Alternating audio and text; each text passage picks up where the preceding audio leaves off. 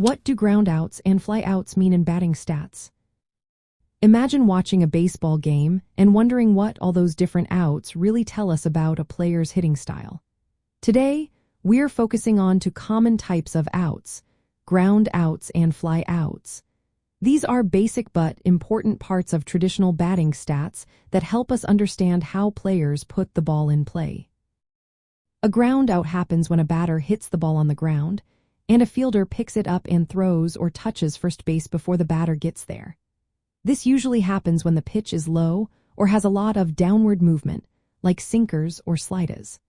Groundouts are very common because ground balls don't often lead to extra base hits.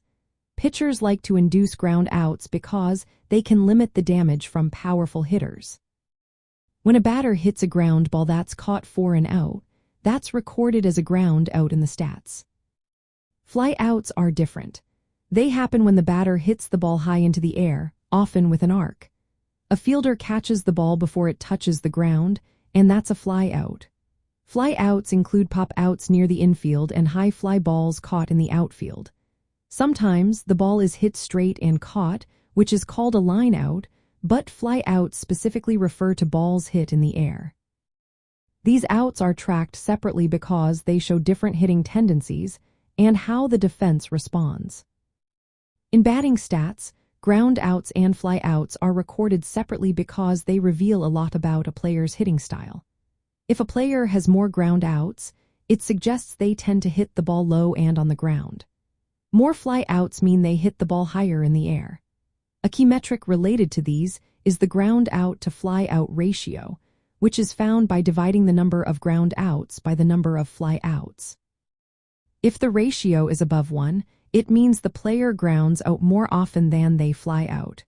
If it's below 1, they tend to hit more fly balls. This ratio helps coaches and analysts understand a player's hitting approach. For example, a player with a high ground-out ratio might be more of a contact hitter who prefers line drives or ground balls.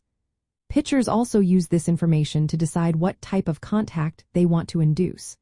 Pitchers often aim to get ground balls because they are less likely to turn into extra base hits or home runs, which are more common with fly balls. In the past and today, understanding groundouts and flyouts helps us see how players put the ball in play and what kind of outs they tend to make. Speedy players might prefer ground balls because they can sometimes beat the throw for a hit. Coaches and players use these stats to tweak their approach and strategy. So, next time you see a player's batting stats, remember that groundouts and flyouts tell a story about how they hit the ball and how the defense responds.